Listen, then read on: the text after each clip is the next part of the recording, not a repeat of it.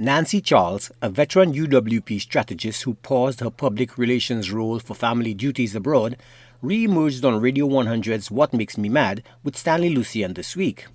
The View Fort native depicted St. Lucia's politics as fractured by economic woes, broken promises, and fading faith in the SLP's rule since 2021. She warned that the UWP's comeback depends less on slamming the government and more on offering a strong alternative, like its 7 SOS plan, tackling issues from security to social equity, while pinning SLP voter frustration on unfulfilled gains that stoke nostalgia for the UWP's Chastney years, leaving the race evenly poised. You have a lot of people who are disgruntled out there on the ground, and persons who are making a lot of statements about my vote by Semunsa, etc. On the other end of the spectrum, you also have persons who are looking at the United Workers' Party and saying, listen, I like where you're going, but you should do better. I will have to be honest with you that persons have said there's some candidates they feel we should have changed some of the candidates, etc. And I'm like, gosh, if we change anymore, it would be everybody would be new because we have 12 new candidates, and so forth. And also, additionally, persons have been asking for a bit more substance from the United Workers' Party in terms of what exactly are you going to do? We've heard the criticisms, we've heard the complaints about the Saint Lucia Labour Party, but what is the United Workers' Party bringing to the table? And that is why we came up with our 7. Well, this is just part of it, but we came up with the 7 SOS in terms of these are some of the things we think that a priority that touches every aspect of St. Lucian life, and how do you call it, the grievances that St. Lucians have. But there has been a litany of complaints about what some view as coarse language on the stump, including personal insults and superstitious folklore on a supposedly modern 21st century UWP platform. Charles, who concedes her own shortcomings, views the rhetoric as a mirror of societal fissures that alienates moderates, particularly women, enduring veiled barbs. However, she chafed at the perceived manufactured amplification of media coverage. I don't think the political platform is the time and the place for that.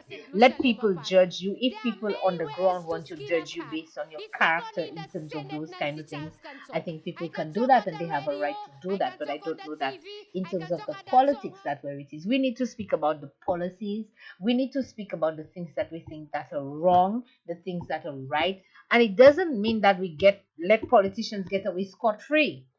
If a politician lie, you need to be able to say that that politician is not speaking the truth, he has lied, etc. But you don't have to degrade him and some of the name calling and some of the things that I hear, etc. So I would agree with you. But let me say something about that as well. A politician spends sometimes 15, 20, 30 minutes on a platform speaking.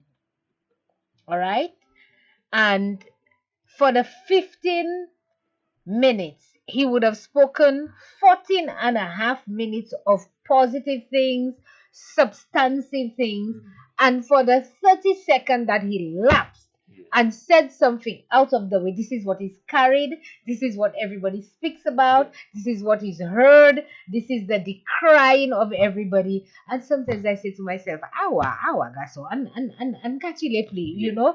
Crime, a perennial flashpoint in St. Lucian ballots, loomed large in Charles's critique, where she lambasted the SLP's vaunted resource infusions into law enforcement as insufficient without strategic oversight, with record murders despite fiscal commitments like the 2.5% levy. My contention with the Labour Party when it comes to crime and crime fighting has always been 2 things, Stanley, before you take your next call. 2 things is they have claimed that they have been pumping the most resources, etc. It's 2 years now. I've given them 2 years. Last year, we had the highest murder rate in St. Lucia, and this year, our trajectory is almost going the same. So it says to me that resources without a plan makes no sense. What is the plan? Charles seemingly posits that supporters of the UWP believe that voters, wary of what they see as unfulfilled promises, could propel a reversal if the party can substantiate its vision before Prime Minister Pierre rings the bell and Parliament is dissolved.